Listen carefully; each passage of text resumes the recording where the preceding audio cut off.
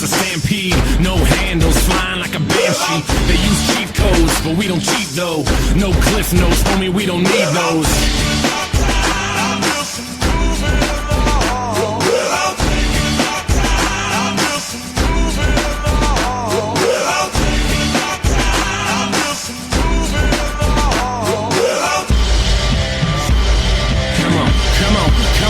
Hello and welcome to the Two Banks of Four podcast with myself and Tommy Ratib. Today we're going to be talking about various different topics. We're going to focus in on mainly the start of the Premier League when it comes to the teams we're talking about today, which is Aston Villa and Everton. Not only this, we're going to be moving on to the discussion about grassroots football, Sunday League football, overall what we think could be done better, which we both have varied opinions on, but what we think we could be doing better and what do they do right, the FA, with grassroots football. And to finish off the pod this week, we're going to be talking about tactics, all sorts of tactics, and mainly the modern tactic of fullbacks flying up the pitch, one striker on his own with two wingers, moving the ball from the back forward, a lot different to how football was played in the late 90s and early 2000s. So we're going to be having a look at that and what our opinions are. So as always, thanks to everyone who watched last week. We're about to hit 500 views on that episode, so obviously massive appreciation from us. As I iterated last week, we did not expect this kind of support from anybody, so we appreciate it massively. First of all, we're going to be talking about Aston Villa Football Club and the lack of attacking depth and their start to the season. So, some key talking points I've put down here. So, Aston Villa, they got 3 points from Everton, which everybody thought was a very good result. It was a bit smash and grab, but it was a good result. Villa played well, they did what they had to do, and they scored goals when they had their chances. Everton did not. Another day, possibly Everton could have drawn that game, or in fact won it. But the facts are, Villa took away the 3 points. They lost to a game at Bournemouth where a rush of blood by Tom Heaton cost them early on, within 45 seconds I think it was. And that killed the game off really. Bournemouth took control, grabbed the game by the scruff of the neck, and once Harry Wilson netted their second, they did not look like they were going to give up 3 goals. So, in that sense, it's been a mixed start. Then we move on to the Palace game. We all know what happened at Crystal Palace with the controversial VAR decision, but overall Villa weren't good enough regardless. It could have easily been a point, but it wasn't, and Villa fans had to suck that up and face the fact that they were now 3 points from 4 games. So that was leading into Monday Night Football this past week, where West Ham came to Villa Park, and it was a poor performance by both teams, I think. It was a 0-0 stalemate. Neither team looked like winning it. Neither goalkeeper had to make a ton of saves. It was a poor overall game. Villa seemed to get worse when West Ham went down to 10 men, which is very concerning. But the one thing I'm going to talk about today, and my main point, and I'm sure lots of Villa fans will agree with me here, is the lack of attacking depth we seem to have up front. So we've signed Wesley from Club Brugge for £22 million, the Brazilian striker. He's about 6'2", and he's meant to be this powerful runner in behind that we got described to when he was released on the website and when it was announced and people were doing their research on him. It took a lot of Villa fans by surprise when we signed him. No one really saw it coming. It was a bit out of nowhere. I think, in my opinion, and you may have a different opinion to this, Wesley's been very harshly criticised overall for his start to the season. People are saying he's not good enough for the league. People are saying he's not making the runs. In my opinion, and this is a bit controversial, I think it's all down to him not having enough service. Yeah, but if he's not going to get the service against the teams that you've played, you hadn't even played. You've played Spurs away, and that's it. You haven't played any other actual Big Six teams. So that's the concerning thing there. And don't get me wrong. So you've got to look at Aston Villa's wingers and their creative man. Jack Grealish, who I'm sure many Villa fans would agree, he's not had the start of the season that we'd all hoped for. He's looked poor on the ball, sloppy on possession. He almost looks like he's trying too hard at times to pull those threads through. And we've got to look at the facts here. Some of the runs and passes he's making would have easily unlocked defences in the Championship, but we're in a whole new game now. He's running at Issa Diop, and that's a different breed to when you're running at Charlie Mulgrew in the Championship, you know what I mean? the levels are completely different here. So you've gone from playing a mid-table Championship team in Blackburn last season to playing a mid-table Premier League team in West Ham, and you can see the difference. It's quite ridiculous, really. But he almost looks like he's trying to out Grealish, and same with the wide man. El Ghazi hasn't really came to light. He scored a goal against Everton, which we can all agree was a good goal. But I think he just doesn't look like he can beat a man again, and it's concerning because he could in the Championship. He could in the Championship. It's not what we've seen from El Ghazi. He looks like a completely different player. Trezeguet's been a bit hit and miss, but you know, we'll give him time. It's a new league. So, what's your opinions on Villa starting? I think that if you're coming up from the Championship, the one thing that you really, really, really need is a good striker, and we've seen that with Timu Pukki with Norwich. What a great start to the season they've had, and how well he's played. Strikers can pretty much win games on their own, can't they? I mean, we've seen it so often with so many different strikers. Harry Kane, Lukaku, flipping out Drogba used to do it for Chelsea all the time. So really, if I was Dean Smith, I wouldn't have invested so much in getting a decent squad depth and signing these sort of mediocre-ish players. And it's quite similar to Everton, which we'll talk about in a bit. I would have gone all out, spent 40-50 million pounds on an actual striker that you know is going to get you 15 goals a season. Because really a striker is the most important. It's the most difficult position to play on the pitch, but it's also the most important. So we got to look at the whole picture here with Villa. It's not all doom and gloom. I think when it comes to Villa's defence, and especially the two centre half, the pairing of Mings and Bourne Engels has been very, very positive. They look solid. They know each other's game. If one goes towards the ball, the other covers. It's your classic centre-back partnership that every club wants. You see it with Spurs. They've got Jan Vertonghen and Toby Alderweireld. They look their best when them two play together. United are trying to get a similar thing with Lindelof and Maguire. The top teams in this league have a good centre-back partnership. City have had theirs taken away by injury, but we'll move on to that because Tommy had an absolute mare last week talking about City centre-back partnership. I'm sticking with it. I'm sticking with it. There's no proof that Stones and Otamendi are a crap partnership apart from the stats that they showed on Monday Night Football. Anyway. But who listens to stats anyway? Stats don't mean anything. Anyway, moving on, because that's a whole different discussion, and I'm sure many Liverpool fans enjoyed Tommy's comments before the game last week. Come on then. But yeah, so Mings and Engels, they look very solid. In my opinion, Smith should try a different tactic against Arsenal. I think that what he should do is play 4 at the back. I wouldn't change to 4 at the back. Possibly bring Matt Targett in for Taylor, but it depends what kind of formation Smith wants to play in front of them. Because Targett is a more attacking fullback than Taylor. Taylor's better defensively. Yep. I'd play personally the same 4 at the back, as I said, with maybe the exception of left back. Heaton in goal, Mings, Engels, and Guiber right back. Who may I just add? I think he's been very impressive since signing Guiber. But here's where I'd change it up.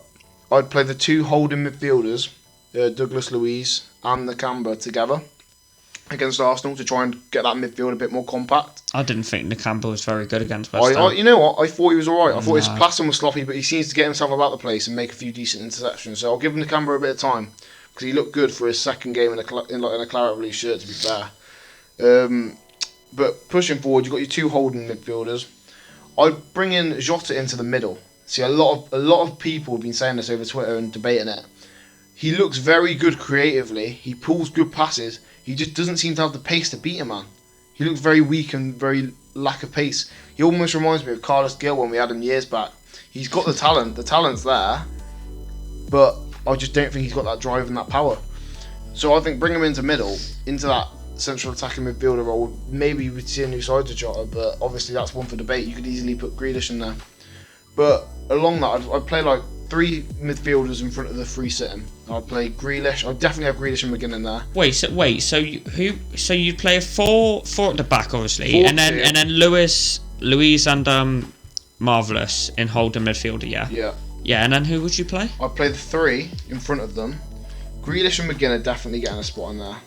Right. But if you're playing Jota in the middle, then where are you going to put McGinn and Grealish? Here's the thing. I wouldn't necessarily play 2 wingers and a central attacking midfielder in that formation. I'd bring them more narrow. You see formations where they've got the 2 holding midfielders, and the 3 in front are more narrow, and then you have your fullbacks pushing up and overlapping. I don't think that's going to work, to be honest, especially against Arsenal, where really you would be soaking up the pressure and then looking to counter-attack. If you've got no width, and your width is only coming from your fullbacks who are going to be defending most of the game anyway, I don't think tactically that formation is going to be right for the opposition that you're playing against. Well, I don't know. I just think against Arsenal, they're going to play for the middle, I feel, and then they're going to try and exploit the wings when they're further up the pitch. If you can stop that initial threat, then I think you're onto your best opportunity of getting a chance at a result. But especially with the 2 CDMs soaking up the pressure, as you say, it's going to be a game of pressure soaking from Villa. A game that could easily end in a 5-0 hammering, but a game that could also end in a 1-1 draw or a 0-0 draw. We both know what Arsenal are like. They're a bit unpredictable. One bad game from David Luiz and the game's on his head. Yeah. So yeah. I just don't think that tactically, so the formation or the team that you've put out will really pose Arsenal any threats, to be honest. I don't know. I can very, very doubt that Arsenal are going to be letting up after a good result midweek against Frankfurt, who haven't lost in European football this season, and also a good result. European football this season? Yeah. Played one game, yeah, but they had to go through qualifying games. And last season, they and carrying on from last season, I guess, but they're unbeaten in 15 either way. But it might have been at home actually, so my bad. But either way, Smith won't do this. I don't think, because Smith doesn't change his system. He plays the way he plays. He did it at Brentford, he did it at Walsall. He plays 4 at the back, 3 in midfield, 2 wingers and a striker. It's how he's always played. I can't see him changing his system. But anyway, we're going to move on from Villa and move on to a team of who I quite like, Everton, because I feel like they're similar to Villa in a lot of aspects. Similar stadium, played a lot of times. His most played Premier League fixture of all time. But Tommy, what's your opinion on Everton's start to the season? Because we know it's been a rocky one. Alright, so basically, we're going to be talking about here the Everton from 2017-18, where they sold Lukaku and basically brought in a bunch of new players. So the signings that they made in 17-18, which was the first season of the new Everton, they brought in Davy Klaassen for 23 mil, Pickford for 25, Keane for 25, Sigurdsson for 40, Tosin for 27 and Walcott for 20. So that is a lot of money to be spending during one summer. And they finished 8th, 5 points off Burnley, and also took a pretty much a great, massive battering in the Europa League. They were 7 points off qualifying, so they've played 6 games and they were 7 points off second. Very poor Europa League season. Sometimes I actually go back and watch their 5-1 hammering against Atalanta. Atalanta took them to the sword. Just for banter, just see how not to defend. So basically, that was they started off with Coman. They then brought in David Unsworth in temporary charge, and then brought in weird time when David Unsworth came in. Yeah, even weirder. They then brought in Sam Allardyce, didn't they? So they brought in Allardyce because they would. I swear to God, they were actually. I reckon if Unsworth carried on the way he was going, they were going to get relegated, Everton. So they had to bring in Allardyce to save their club. And when you have to bring in Allardyce, you know times are tough. Yeah. Times are tough. Yeah, exactly. Allardyce is not the person that you want to be calling on if you've just spent over 100 mil during the summer. Why are you giving Allardyce any money as well? Because we know he bought Cenk Tosun. I'm going to get onto that. Yeah, I know. It just infuriates me that a team are going to bring Allardyce who you ain't keeping long term. Alright, nicking my notes. You know he's not going to go long term though. Yeah, I know. So 2018-19, they obviously fucked off Allardyce and that, and brought in Silva. So this is Silva's first season in charge. He brought in Richarlison for 35 million. This is last season, yeah? Yeah. Digne for 18 and Mina for 27.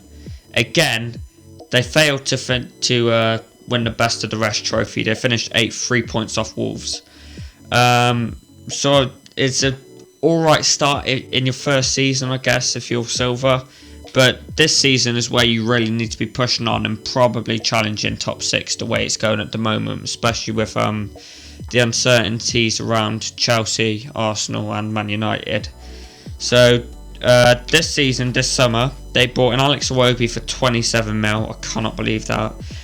Moise Keane for 24, Andre Gomes for 22, and Bamin for 22 million as well. In your opinion, was Iwobi simply a second choice fiddle to Zaha, the fact they didn't get Zaha? Yeah, I think they kind of did panic a little bit that they weren't going to get Zaha, and then brought in Iwobi as sort of like we've all seen panic buys happen before loads of times, probably like just to try and please the fans, to say, look, we actually do have backup and that. So where does the blame lie? Does it lie with the players? Does it lie with the manager? Does it lie with the board? You can blame the board for the average managers that they are hiring here, but you can't say that the board haven't tried to back every single manager that they've had. They have given them so much money. They've probably spent more money than Spurs have in the last 5 years. You also say that you shouldn't have got an Allardyce, which was really where times turned and that. But the way you was going, you needed a survival specialist. I think the problem that you had was that you gave him loads and loads of money, didn't they? They gave Allardyce. He is never, ever, ever going to be your long-term manager if you're Everton. He's literally going to be, get us to the end of the season, get us in a decent position, and then fuck off. In your opinion, do you think that Everton are almost in a similar predicament to Spurs about a decade ago? In their rival shadow, both financially and in terms of trophies and I don't think they are financially, because they keep fucking bringing up all this money, didn't they? Yeah, I guess what I mean by that is in sense of appeal, I guess. So you got Everton and Liverpool both. They're an attractive Everton, a massive club, and they are an attractive club. I'm not taking that away from Everton. I think Everton are a very attractive club, and if you're a player of a decent standard, then they've got to be on your radar. But you've got Liverpool offering you a contract, you've got Everton offering a contract, and you're a top player. But I don't think I feel that's a similar position to how Spurs and Arsenal were years ago, which has turned on its head. Yeah, but times. But Everton and Liverpool are never really going to be going for the same standard of players, are they? Liverpool are going to be looking to spend. Could you not have said that about Spurs less than a decade ago? Could you not have said the same thing? We could have been sat here years ago talking about Are you Spurs. Talking about when Harry Redknapp was in charge? No, I'm talking about when Spurs were nowhere near the Champions League and they were at best getting a 7th place finish, 8th place well, finish. again, that's where Arsenal and Spurs were looking at very different players. Yeah, but don't you think that's a similar predicament to what Everton are now? And Everton need to do what Spurs have done and turn it on its head, which obviously, the way Liverpool are going, is going to be very hard, because I feel like in the Spurs-Arsenal situation, a lot of Spurs overtaking Arsenal has got to be given to Arsenal's decline. Am I right? I do think you are right in the fact that Arsenal have got worse rather than Spurs have really improved. Spurs, let's not take away from Spurs. They have improved massively since the years of finishing mid-table to bottom half. Yeah. But Arsenal, let's not take it away. Arsenal have also got incredibly bad. Yeah. Like, in terms of standards. But I don't think that the rivalry between Spurs and Arsenal 10 years ago can be comparable to Everton and Liverpool now, because Liverpool ain't even looking at Everton. Everton ain't even looking at Liverpool. Not now, but 5 years ago, 6 years ago, you got to be looking at them thinking they were on. They were, but you know the changing point was when they got Klopp in, wasn't it? And Klopp was Klopp.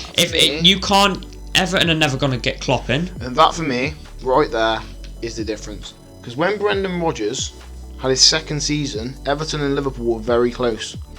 And the difference is, Liverpool went and got one of the best managers in world football. Everton didn't. Everton got Roberto because Martinez. Everton couldn't attract. Then got fucking what's his face. Because Everton can't attract big managers because they're not as big as Liverpool. I'm not saying. So do you think Everton are doing the right thing by giving someone like Marco Silva a shot, like Spurs did with Poch? Because let's be honest, Poch had a good season, two seasons at Southampton. Yeah. Spurs took a chance on him, it's paid off.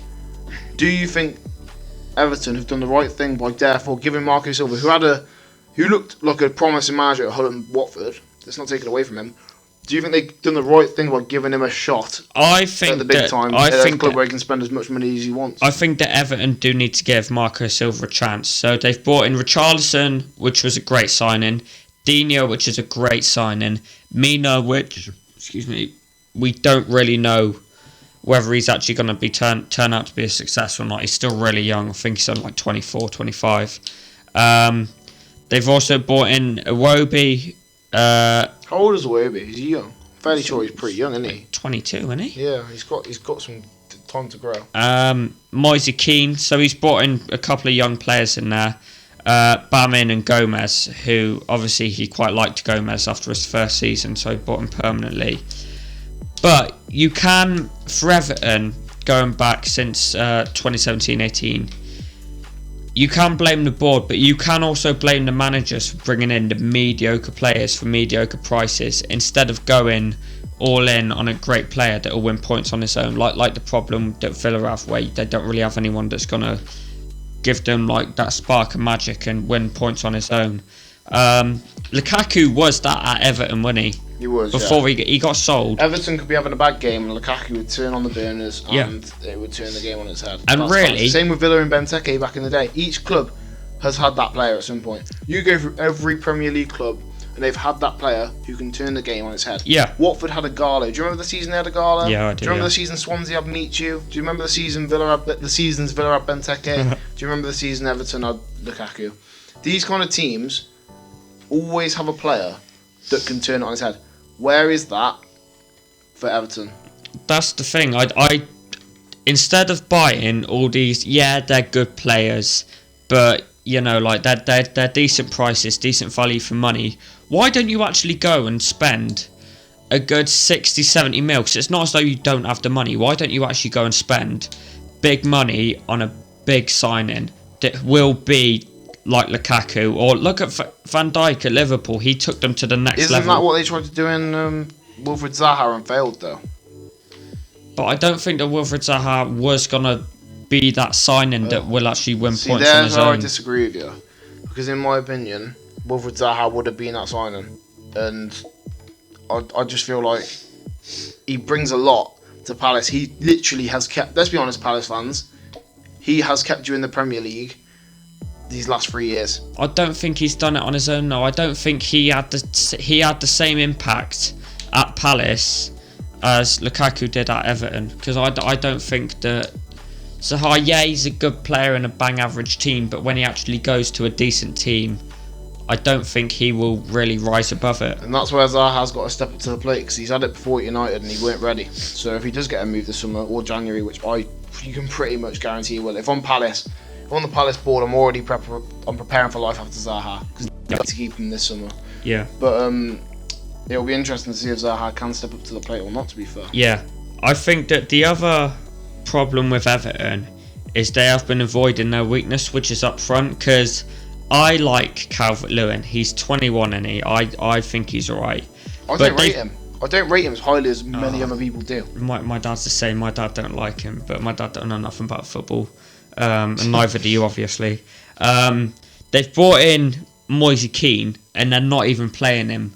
So you cannot rely on Calvert-Lewin and Moise Keane, who have the combined age of about 12, to actually get you that top 7 place, maybe even pushing for a top 6. Because really, if you're Everton, if there's any time that you are going to break into the top 6, it's got to be now. Because there's only really 4 clubs that are definitely going to make the Especially with Chelsea risking it all playing their youth. Yeah.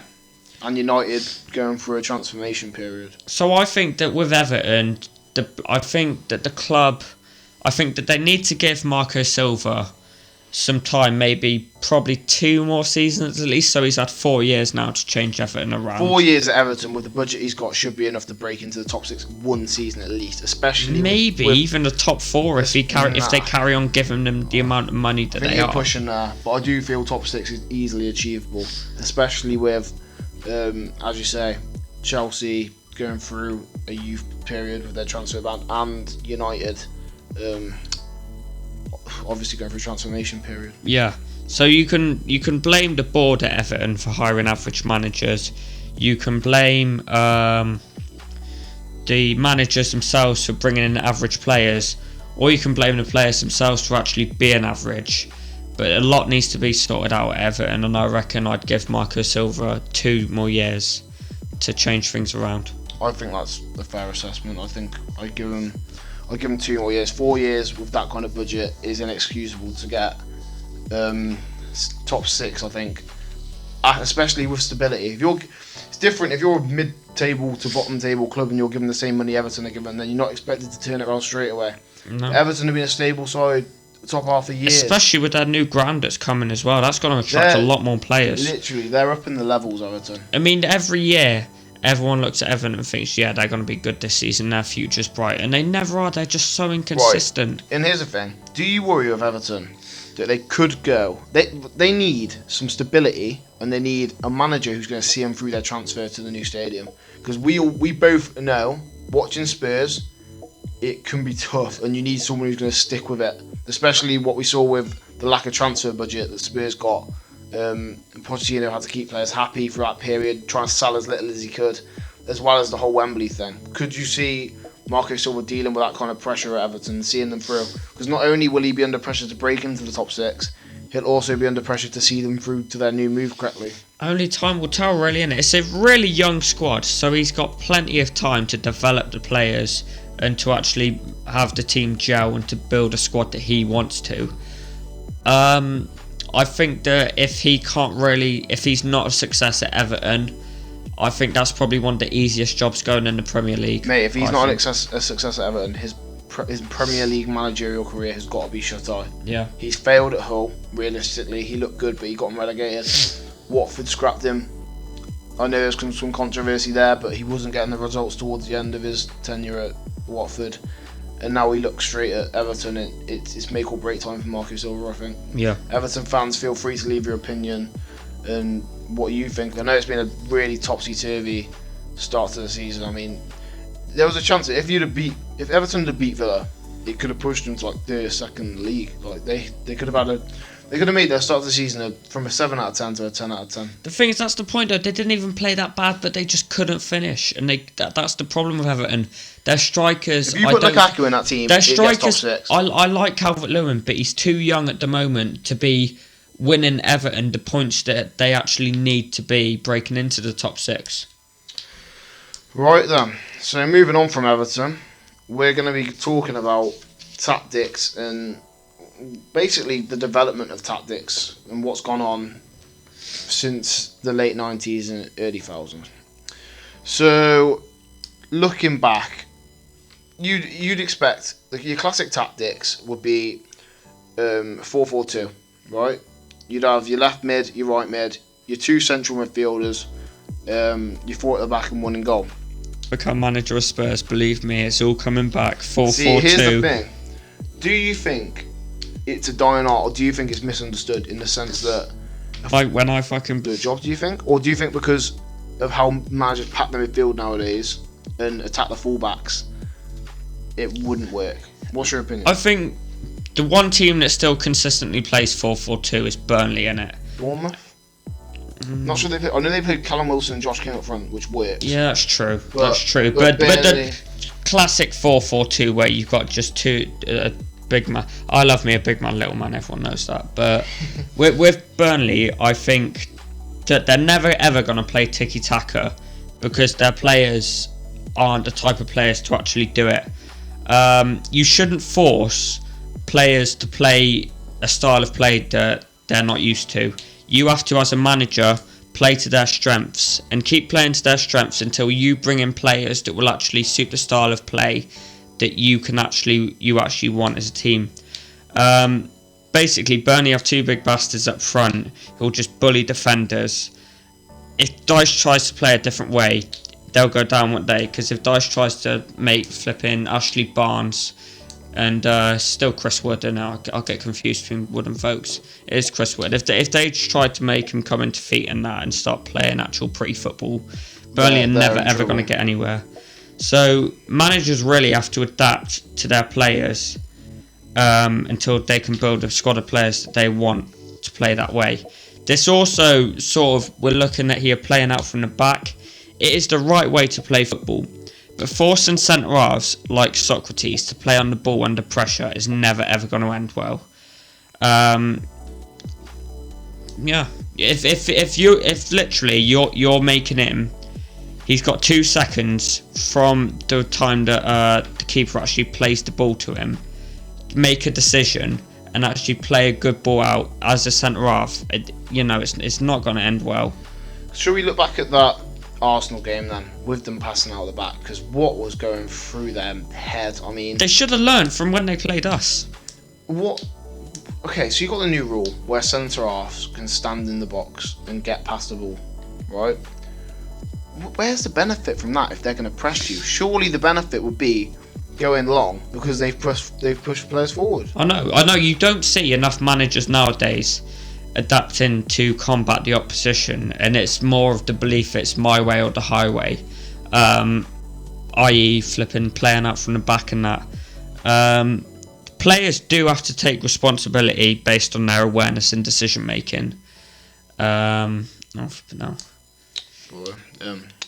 beating Southampton 2-0. Football is actually such a simple game, and it's made so complicated. I think that I just don't see why managers change the whole idea of 4-4-2. I understand that managers want your fullbacks to be bombing forward because you get 2 extra players in attack, right?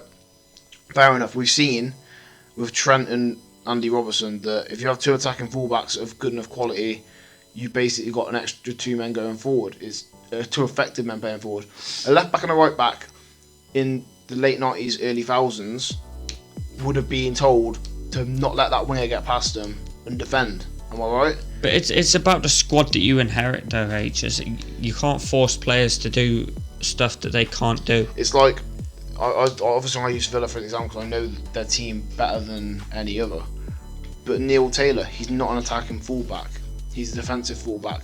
Matt Targett's an attacking fullback, not a defensive fullback.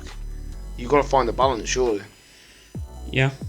I don't know. It's an interesting one, and one that can be obviously debated for hours because of the way that the game's changed.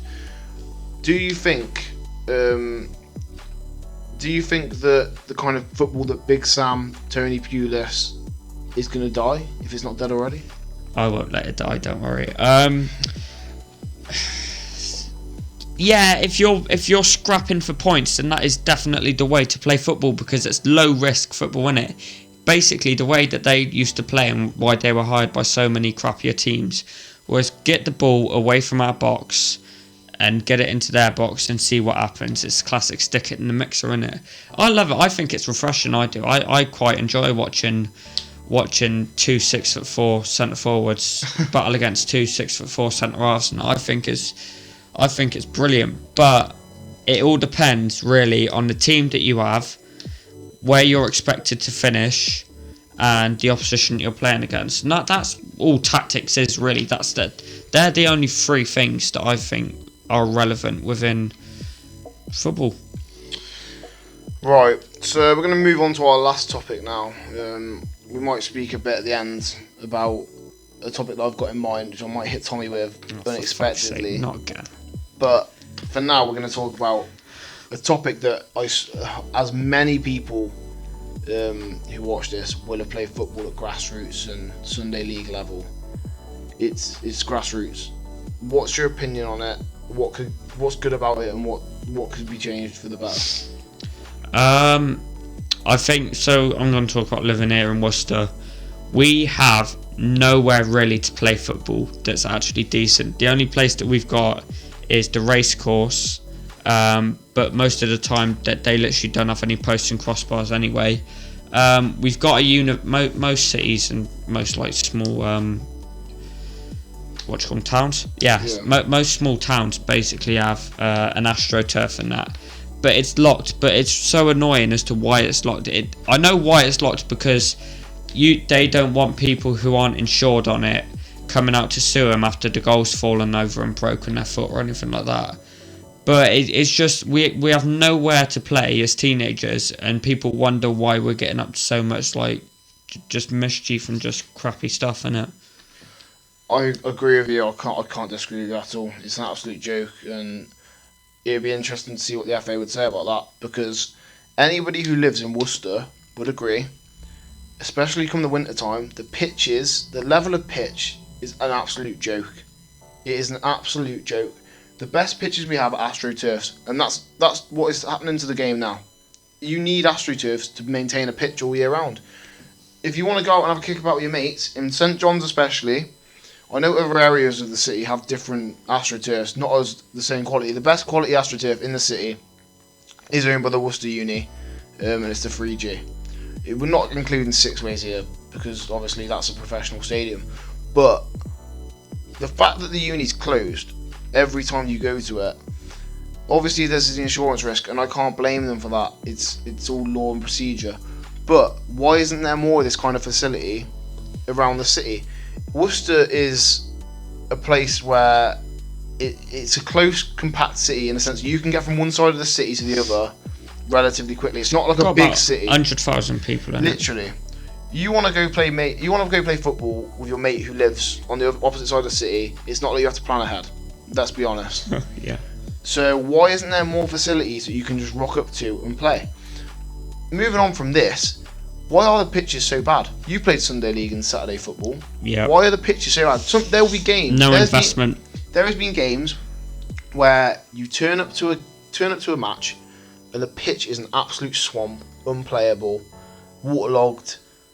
Why is that? Surely, with the amount of money that is circulating at the top, why is it just going to the top? Because councils don't really care about football, do they? They just think as long as they've got a ball, they could just go and do what they want. As we can clearly see, Worcester City Council clearly don't care about football, and that's a bloody topic for another episode with Worcester City Football Club. Yeah, I'm not going to touch on that now because I could go all night. Either way, I think that the fact that there's nowhere to play it, with the amount of money that is circulating around the government, around the council, they'll happily do roadworks everywhere. Oh god, yeah. But I can kind of understand that 'cause it's kind of a safety thing. Yeah. But they'll invest. That was a pretty poor point from my behalf. Yeah. Because the different budgets, all that kind of stuff. Age credibility's gone out the window now. No. But with the amount of money that's going around football in this country, surely there's enough cash that each city should have multiple AstroTurfs, multiple all-weather facilities that kids can just rock up to and play. You wonder why kids are going out there and causing issues, like you said. Because we've got nothing to do. You give a group of 8 kids a football and an AstroTurf to play on, I guarantee they will be on that all day. We'll sit there all day. And that's facts. Even if you're not playing, you'll chill there and then play and kick about.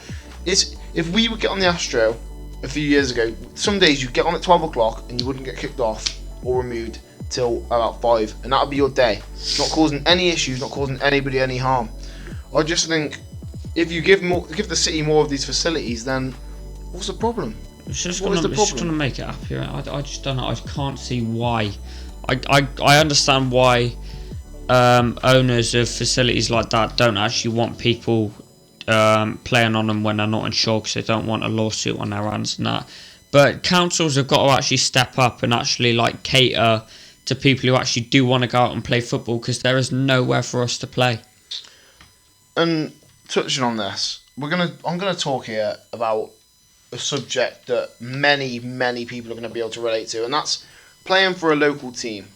Alright, we've all played for our local teams wherever you are in the country, whether that's up north, down south, in the Midlands or in London. You've played, if you like football that much, you've played for a team in some format, whatever level. You could be played for the crappiest team in your league, you still play football and you understand where people are coming from when we talk about this. Should there be checks by the FA that the money you put into a football team with your subs is being handed out in terms of facilities, in terms of not merchandise, but in terms of kits and equipment, and in terms of making sure everybody has inflatable footballs, stuff like that? Do you think there should be regulations that this is happening? Because I'll tell you what, some of these clubs that have a team at every age group, they must be making a lot of money. And I'll tell you now, I'm not going to name any names because I'll play for various clubs in the city, but the amount of money that has been put in by certain teams and the lack of stuff you get back is an absolute disgrace. Give us some examples of misinvestment is the word, because I do want to hear some. Because I know that because you've played for teams that have basically been just really crap, overpriced subs. Money's not going to where it's supposed to. I've actually been quite fortunate because I was actually not a bad player when I was younger, so I actually played for decent teams and that. But obviously, for the majority, for like 80% of people, you're just playing for a really struggling like Sunday League team and that. Where the thing subs is, are too right, much. You say this, just because of the points I'm going to make here, does not mean that playing Sunday League football is not the best thing. Oh, it's so much fun. Yeah. Because Oh, fuck. the laughter you have playing Sunday League football will not be beaten. Even if you're getting battered every week. I'll tell you, the last team that I played for, we got battered every single week. And I can say happily, I had more of a laugh in that season than any other season I What played. position did you play? I played everywhere. I played every single position on the pitch. And that is just the beauty of youth football, really, isn't it? I played every single position on the pitch except maybe left back, I don't know. I think I played left back. But apart from that, I played goalkeeper, played striker, played on the wings, played centre half, played centre mid. I played absolutely everywhere. And I can tell you, and I'm sure most of the lads in that team would agree, they had more of a laugh that season getting battered every week than they did any other season. And that they may have enjoyed playing the actual football better in other seasons, but the year we got battered every week was the best. But anyway, moving on to my point, I just wanted to clarify that because just because of misinvestment doesn't mean you're not going to have a great time. We're not knocking Sunday League. I think Sunday League football and youth football is the best thing for people our age. If you're listening to this and you don't know whether to give it one more year, you don't know whether to join a team, even if you're crap, just do it. Honestly, you will have more fun in that one season every Sunday, every training session, having a mess around with your mates. You may not even know them. You'll make mates for life, honestly. But moving on. With the misinvestment, I'm talking about a club where I think the subs were £20-25, and we put the money in, we paid our prices. They had a team in every single year group, if not more than one team in every single year group. They were making a hefty sum. Let's be fair. We were getting to training. We didn't have enough footballs for every player. The footballs weren't inflated. The pitches weren't getting mowed like promised. Our manager was having to get to pitches early to draw the pitch on. The manager was having to get to pitches early to cut the pitches. We weren't getting coats. We were using bibs from 3 years ago. Our manager had to go out there and spend his own cash out of his pocket to get us enough kits. That's the thing that really pisses me off. We won at M&S. These volunteers, the newest kits that are actually paying their own money to actually like run at something that they're volunteering at. Is just... We ran. I'm sure you wouldn't mind me saying this, right? The situation was with Mark Bishop, who was my manager at St John's, right? He would agree.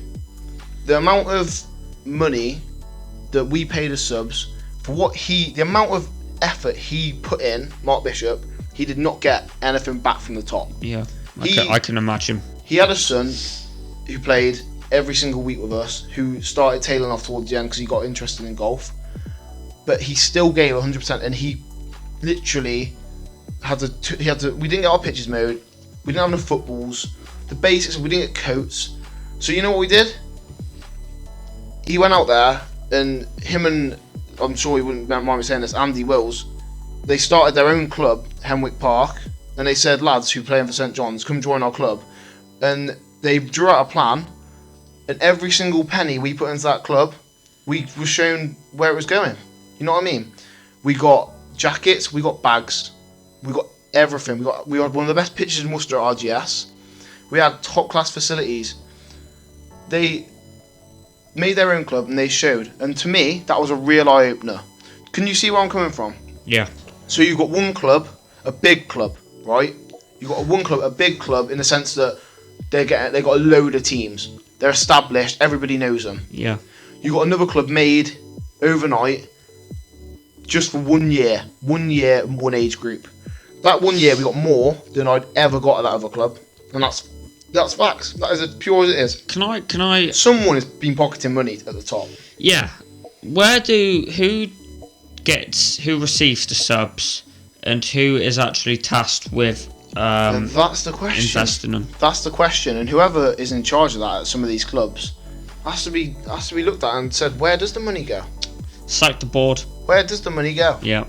Because I'm not being funny, and Mark Bishop and Andy Wills would both agree with me. As the two managers and an assistant manager, the amount of stuff they managed to do in 1 year at Henwick compared to the 4, 5, 6 years at St John's in terms of what they'd get for the money was an absolute disgrace. Like they literally showed how easy it was to get good facilities and good stuff with the money, and they did it right. And I think they should both be applauded for that. They did youth football right. They didn't rob the people for trying to play football.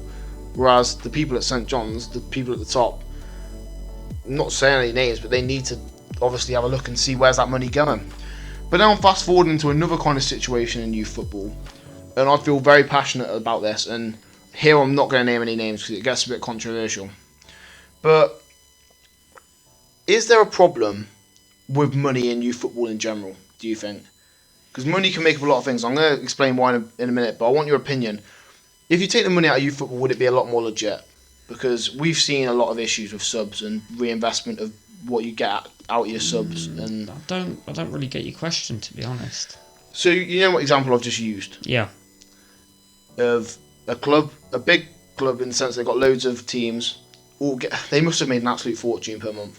Yeah. Then there's a club made just for one season, just for one age group, and we got more from that one season than we did in 5 years. The thing is, clubs are never gonna actually start. But surely it's not right that someone at the top is pocketing money. But clubs and owners are never ever gonna create a club to lose money. They're gonna create a club. They wouldn't be losing money. You just like to think you shouldn't have to pay money to play football anyway. I think with the maintenance of it, I reckon I do agree with like a sort of pay to play thing, but not really expensive. But obviously there is a cost behind it, because who's the one if none of the players are actually paying, who's the one that's paying for all the footballs and all the kits and that? Yeah, there is that argument, I guess. But I think that just the amount of money you should put in, you should see that back in terms of the stuff you get. And as I said earlier, two of our managers realised this, took a stand, and they proved that it could be done.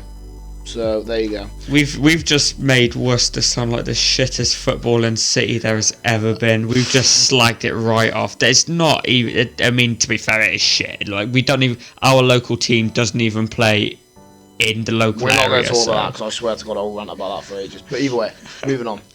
So, the last club I played for, and I want your opinion on this. £30 per month for subs. 15 players, right?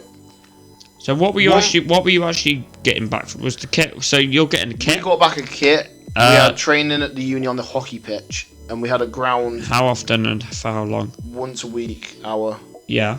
And then we went to the playing field, which on a Sunday, it was average at best, the facility for the playing field. Yeah. I just want to clarify this before I start. I'm not. The manager from that team is the nicest bloke. One of the nicest blokes I've ever met. This has nothing to do with him. Nothing to do with... Fucking bet, mate. No, I swear to God. Nothing to do with either of the managers, because they didn't do anything wrong. But it's from the top.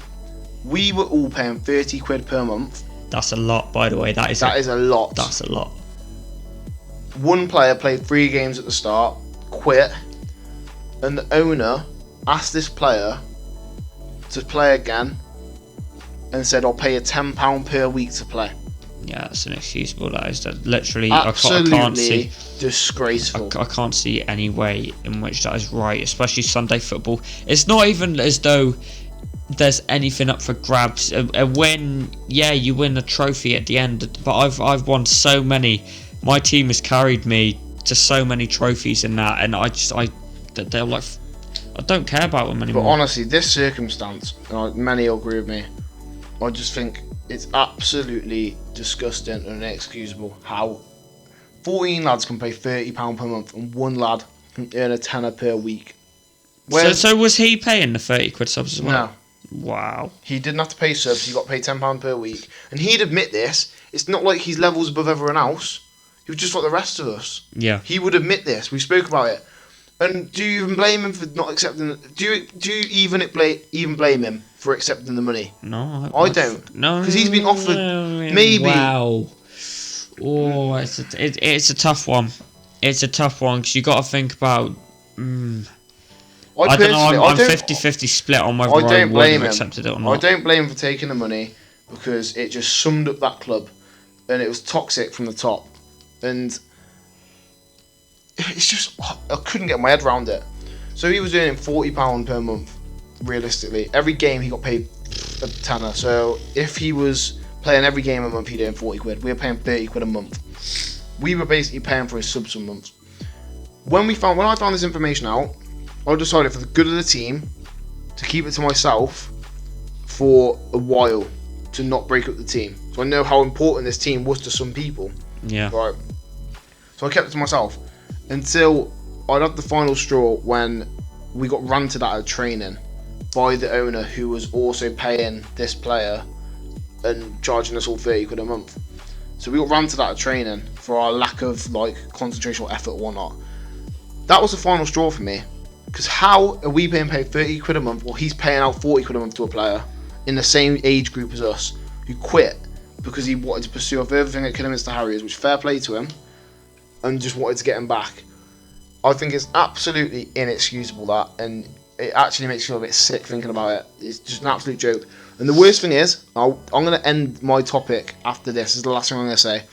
In the messages, he said, I want to keep this between me and you.